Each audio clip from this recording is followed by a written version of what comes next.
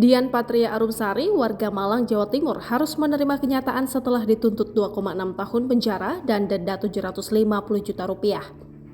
Nasib sial itu dialami Dian setelah menagih utang sebesar 25 juta rupiah kepada seorang perempuan berinisial DIPR melalui kolom komentar di akun Facebook. Kasus ini bermula ketika salah seorang temannya berinisial WD meminjam uang kepada Dian untuk usaha ayam petelur.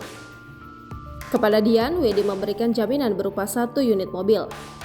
Selanjutnya, BPA yang merupakan suami DIPR datang bersama teman-temannya meminta mobil yang diberikan WD sebagai jaminan. Alasannya, mobil itu sudah dibawa WD selama 3 bulan dan tidak pernah dikembalikan. Sejak saat itu, keberadaan WD menghilang. Nomor teleponnya pun tidak bisa dihubungi. Kesialan Dian pun masih berlanjut. 2 pekan kemudian, pemilik mobil yang asli mendatangi rumah Dian untuk meminta mobilnya. Sebab mobil tersebut selama ini dibawa oleh BPA dan digadaikan selama beberapa bulan.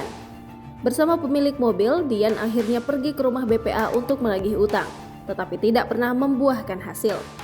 Karena merasa dirugikan, Dian kemudian melaporkan BPA dan WD atas tuduhan penipuan dan penggelapan. Namun, kasus tersebut mandek karena Dian tidak bisa menghadirkan WD. Atas dasar itu, Dian mengaku telah menagih utang kepada BPA melalui kolom komentar akun Facebook istrinya DIPR.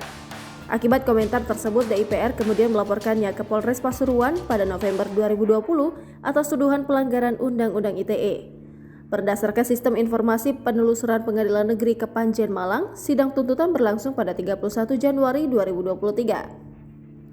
Dalam tuntutannya, jaksa penuntut umum menyebut Dian telah melakukan tindak pidana karena mendistribusikan atau mentransmisikan dan atau membuat dapat diaksesnya informasi elektronik yang bermuatan penghinaan dan atau pencemaran nama baik. Ia diancam pasal 5 ayat 3, JO pasal 27 ayat 3 Undang-Undang ITE. Jangan lupa subscribe, share, komen, dan like ya!